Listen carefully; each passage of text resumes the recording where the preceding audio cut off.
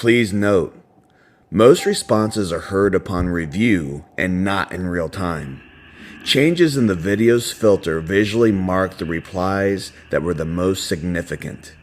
Those various audio responses have been enhanced, repeated, and sometimes slowed down.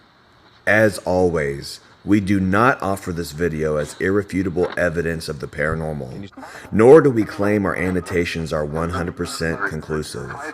All we're asking is that you please approach the data presented here with a curious mind, and that you wear damn headphones.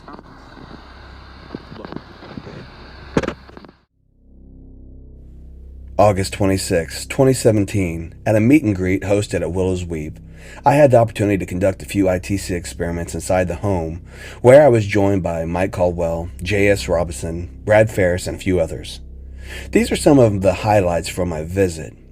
The first box I used was the Andy's Ghost Box, the PRD 1000. There are those out there who do not believe in the potential of ITC when it comes to ghost box work. Two things. First off, any captures presented as paranormal evidence are subjective to our own bias, and regardless of your approach, whether it be EVP work, which is umbrellaed under ITC, spirit photography, video, psychic mediums, various meters, spirit boxes, or what have you, can be dismissed on many levels because even if we can't explain the capture or event away, nothing we do holds water as conclusive evidence of the strange and unknown. But from a variety of experiences, we all know anomalous things can present themselves in unexplainable ways, regardless of our approach. Unfortunately, we as flawed individuals are left to interpret them. So even though there is no real evidence, our data can record weirdness and strange moments. Yes, not evidence, but weirdness. Anything we accept as validation of the paranormal is faith-based at best. So anyone who tells you that a particular method or approach does or doesn't work, or leaves no wiggle room for possibilities regarding your experiment being influenced by paranormal means, they're selling their version of this odd-ass religion, if you will. Like some televangelist trying to undermine the potential of spirit communication and manipulation. They're being short-sighted. And they're probably perplexed and frustrated about why spirits have shown little desire to communicate with them in the first place. More than likely, people who dismiss spirit boxes completely are the same ones who will duck for cover every time a Ouija board's brought out. Cynics have no place in the paranormal. Can you say the name of this house again?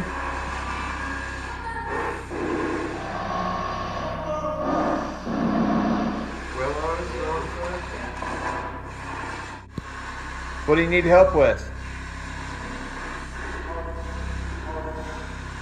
We're out?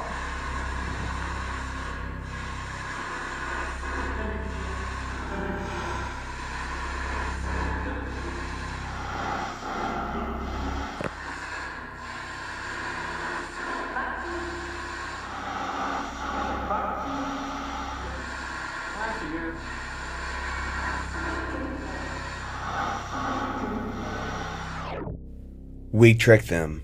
Once again, another response that feeds into my growing feeling on how location matters less and less with the spirit world. If you've been following my work for any length of time, I've noted multiple responses like this that lead me to believe that some responses were not meant to hear, and that these entities play into whatever narrative we've crafted for these locations. While their motives are unknown, they are definitely smug in the way they'll manipulate things to hold our attention. Did you say stay here? I asked earlier, I said, do you care if I move in this house? And I asked what room I could sleep in. Which room did you say I could stay in? Hate you? Maybe?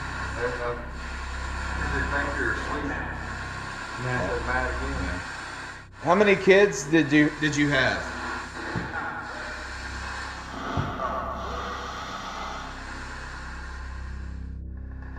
Can you speak to that device?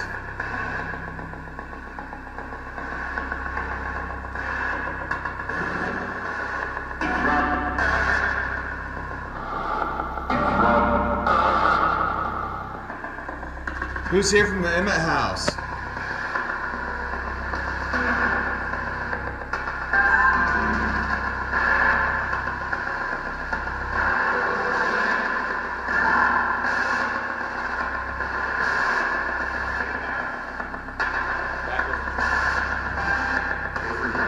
Avery.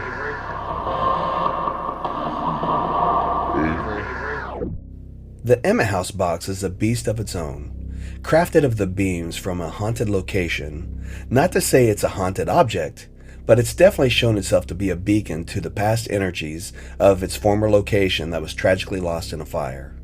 So whenever I use this device, I'll always test it to ask about anyone who wishes to come through from the Emmett House itself. Avery is a name that is a consistent response. Yep. Who is the woman that was talking to us?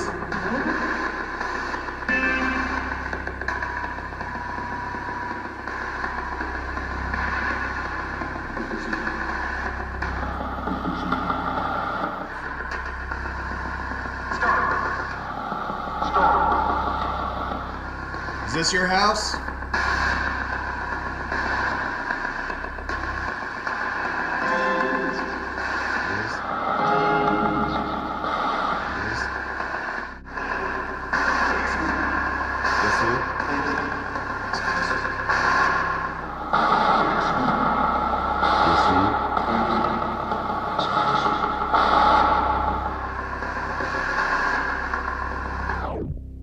Here's part of ITC that terrifies and fascinates me. We get this response of, guess who's dying? And then there's a pause. Then the ghost box gives a name.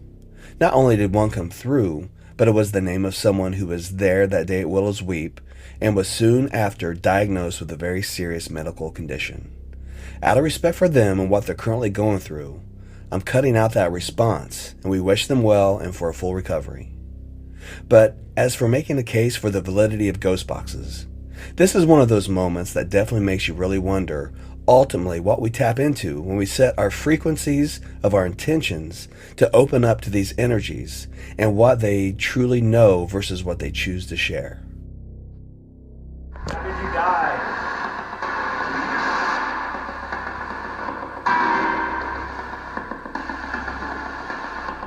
Did you say Willow? I said Jill. Gunshots. Yeah. Always sound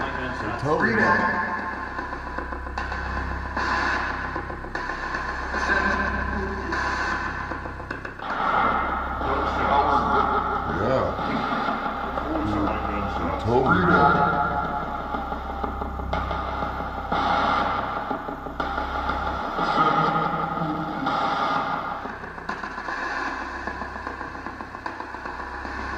Were those gunshots?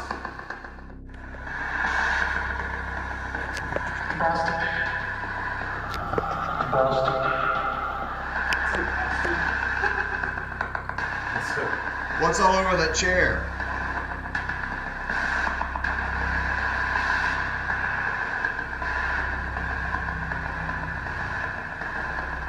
So does that speak to the radio station? Okay. Cuss at us. So if you cuss over the radio.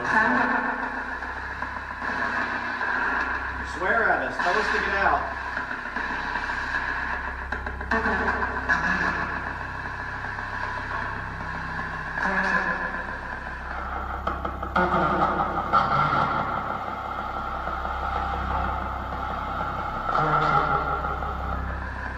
Bullshit. It's kind of interesting the moments it's been quiet, like nothing's coming through too.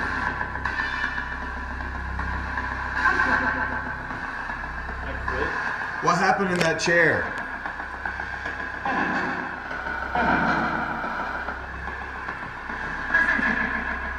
Can I sit in that chair?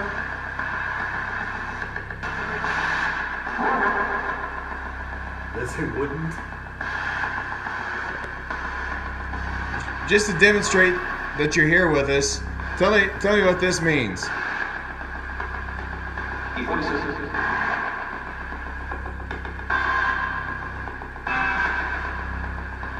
What does this mean?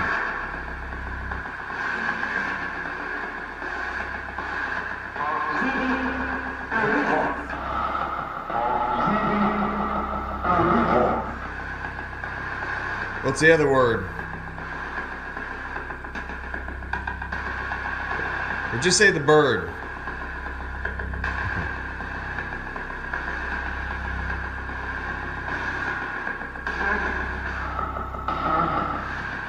I heard it. Female voice.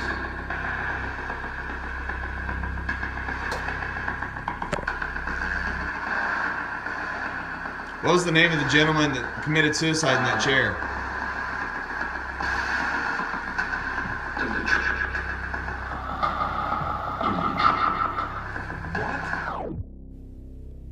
Historical fact. In 2009, a man named Curtis died of a self-inflicted gunshot wound. Not that he specifically killed himself in that chair, but the event sadly happened.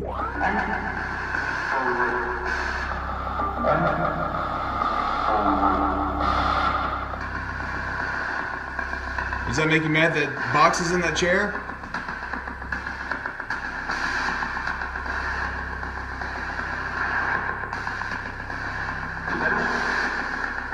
It does.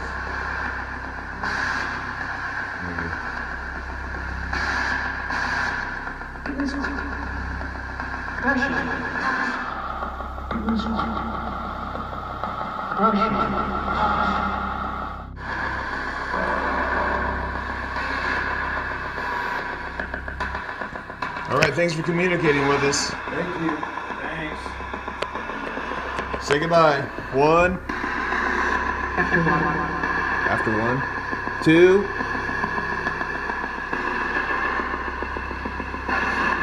That's 3. Goodbye.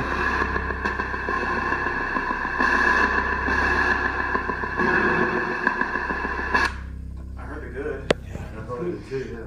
That's just a crazy little box though, man. This video was not produced with the intention of proving or disproving whether Willow's Weep is haunted. Plenty of people have come forward with personal validations to substantiate something is strange about that house. I mean, in the short period of time I was there were a few moments I recognized a palpable energy in that environment. Nor is this video's purpose meant to highlight some of the historical inaccuracies that may not perfectly align with the ghost lore surrounding Willow's Weep. That's a common issue with loads of sites. It's difficult to piece together a concise historical account from old records. And from my research into paranormal phenomena, I don't know which weighs more, the accurate history or the haunted folklore of a location. Or simpler yet, maybe location doesn't matter as much as our thoughts do. That's the assertion I'm making with this video. Think about it. If these energies we call spirits that we try to communicate with are always around us, as some people say, it would stand to reason that we should be able to tap into them regardless of where we are, right? So regarding our proximity, if our brains are like TVs, maybe in locations where sad or bad things have transpired and we receive more haunted replies in our investigations, it's because that's the channel our brains are tuned into at that time. Like switching from Disney to sci-fi. And maybe what we perceive as haunted locations are just bait to lure us closer to darker energies, and these energies prey upon our vulnerabilities by facilitating hauntings and the expectation that the ghost lore brings. And they convince us to interact with them and to keep coming back to them because our intentions feed them or gratify whatever game they play. So many possibilities. So many questions we're unable to answer. I definitely don't have any answers. Just ideas I like to beat up. Until next time, keep on your path of seeking your own personal truth.